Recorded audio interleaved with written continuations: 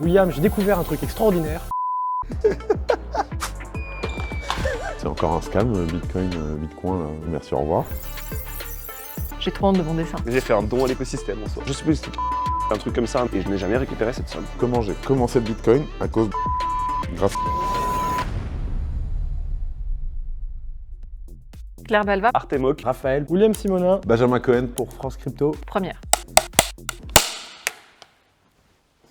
Ça, c'était pas nécessaire, mais Ah, c'est pas ça qu'il fallait lui jeter à la gueule. bonjour.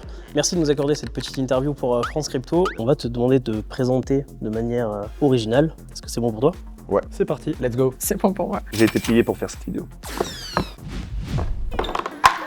On l'a refait. Pour commencer, je vais te demander du coup d'écrire ton nom, prénom, ce que tu préfères, la date de ton entrée dans l'écosystème, dans la crypto, mais également du coup ton entreprise ou projet. Et pour finir, un petit dessin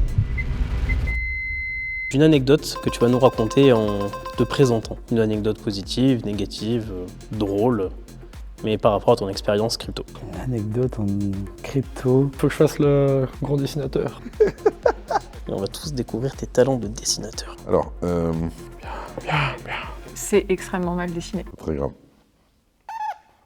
Oh, c'est laborieux. Hein. J'ai trop honte de mon dessin. Bonjour à tous, je m'appelle William et je suis actuellement le président de la société Tada. Moi, c'est Artemoc, je suis CEO cofondateur de Hawk Research, une plateforme d'intelligence crypto. Raphaël Potard, président de Cryptosphère et aussi chez AJF Gestion Privée dans un family office. Donc je m'appelle Claire Balva. Aujourd'hui, je suis directrice stratégie chez Deblock, qui est le premier compte courant crypto-friendly. Benjamin Cohen, aujourd'hui j'ai fondé le Crypto Daily, donc c'est un média sur toute l'actualité crypto. Et on fait aussi donc plein de contenus sur YouTube. Je suis entrée dans le secteur crypto en 2015. Je suis arrivé dans la crypto le jour de mes 22 ans, le 20 janvier 2020. J'ai découvert les cryptos en 2016 avec mon frère Owen. Je suis rentré dans l'écosystème en 2019. J'ai commencé la crypto en 2013. On m'a demandé de décider une anecdote. Je ne sais pas dessiner, donc j'ai essayé de créer un smart contract. L'histoire, c'est que je devais envoyer les fonds vers KuCoin. Et sur KuCoin, le problème de la plateforme, c'est qu'ils te mettent l'adresse de dépôt et juste en dessous, le smart contract du token. Et ce que j'ai très mal dessiné, c'est un ATM Bitcoin. Donc c'est une machine sur laquelle vous pouvez acheter des Bitcoins avec du cash ou retirer vos Bitcoins. Et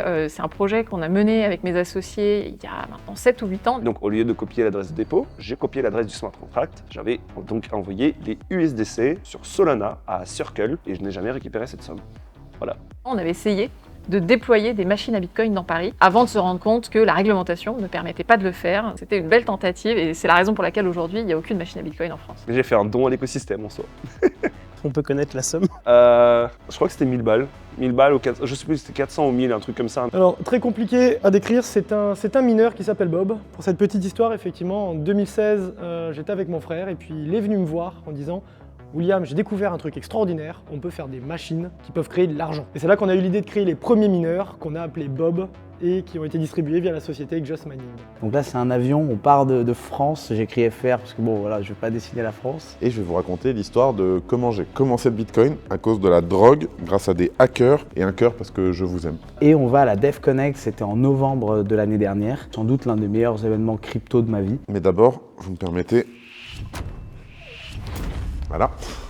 On m'a dit que j'avais le droit. Surtout, ce que je retiens de cette histoire, c'est qu'on traînait dans un écosystème où il y a beaucoup d'argent, beaucoup de technologie, beaucoup de spéculation. Mais en fait, cette aventure, elle part d'une aventure humaine avec des potes et c'est surtout ça que je retiens, quoi. J'étais jeune, en internat, et j'ai découvert un site internet où on pouvait acheter des choses à l'époque. Un site qui n'existe plus, qui a beaucoup fait parler de lui. Et on pouvait acheter des choses donc que en Bitcoin. Donc c'est comme ça que j'ai commencé à connaître Bitcoin. Spoiler, je me suis fait arnaquer, j'ai jamais reçu ce que j'avais acheté sur internet. Donc c'était des poupées Barbie, ou je sais plus ce que c'était. Et après donc j'ai dit bon bah super, c'est encore un scam, Bitcoin, là, laissez-moi tranquille, merci, au revoir. Quelques années plus tard, je me reconnecte sur Coinbase et surprise, il me restait un peu de poussière de Bitcoin qui avait grandement augmenté. À l'époque, le Bitcoin, je l'avais acheté 80 € l'unité.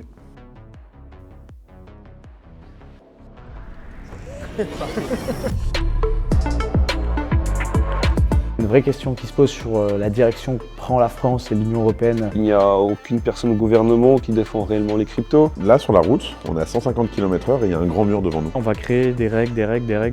Je pense qu'on régule peut-être un peu trop. C'est le pays qui fait le plus peur aux entrepreneurs. Mais il y en a une énorme majorité au bout d'un moment, ils font allez, j'en ai marre et ils partent à Dubaï. Quand ils partent à Dubaï, ils reviennent pas.